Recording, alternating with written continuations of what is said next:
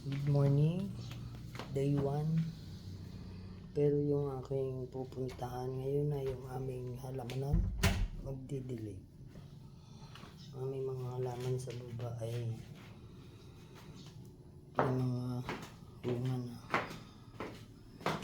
Puntahan natin si Mr. Suaverdes. Nag-ano na siya, nagsimula na siyang Ayan ang aming halamanan. Kasi na yung isa po, ayan na pala, nagdilig na pala siya. Ayan na. Namin na napakinabangan namin dito sa okra, ubay na.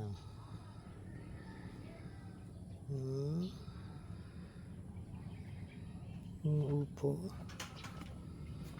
Itong upo na to ay, ito maganda to nung unang, yan. Yung pumangit, yun na. Kumanda siya.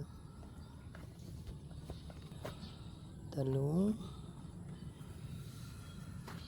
Hindi pa lumalabas dito yung siling lara. Diyan, okra tatanim dyan. Kamatis. Yan, okra ang nakatanim. Yan ang mga sili.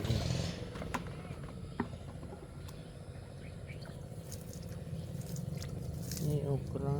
Yan sili. Ito na yung mga siling. Siling labo yun, daming bunga eh.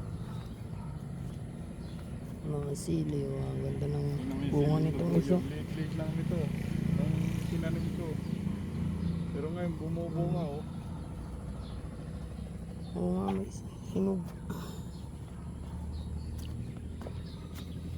Dalawa. Pero marami na ang hinog dyan, kaya lang pa isa-isa. Buti nga ito naging 3 na.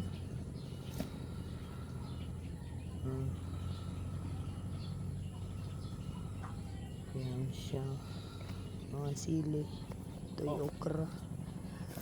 Sili. Dito walang hinog. Meron din dito eh. Ito kauna-unahang nagkaroon ng hinog. Ito kamatis. Hindi maganda dito sa lupa na to ang kamatis. Ow! Yan. Kamatis at hindi maganda yung mariguso, yung mabalaya, patula. Itong isa hindi hinog, para siyang Tama pala pagka naglumi ka, hindi ka nabibili ng sili. Ito na lang din, napaka-aanghang na yan oh. Ano? Maanghang naman natin daw siya, kaya lang hindi ganun kaanghang.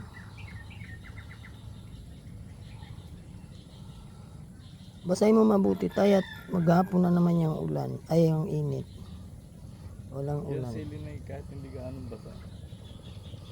Tayo pulutin mo yung isa. Okay.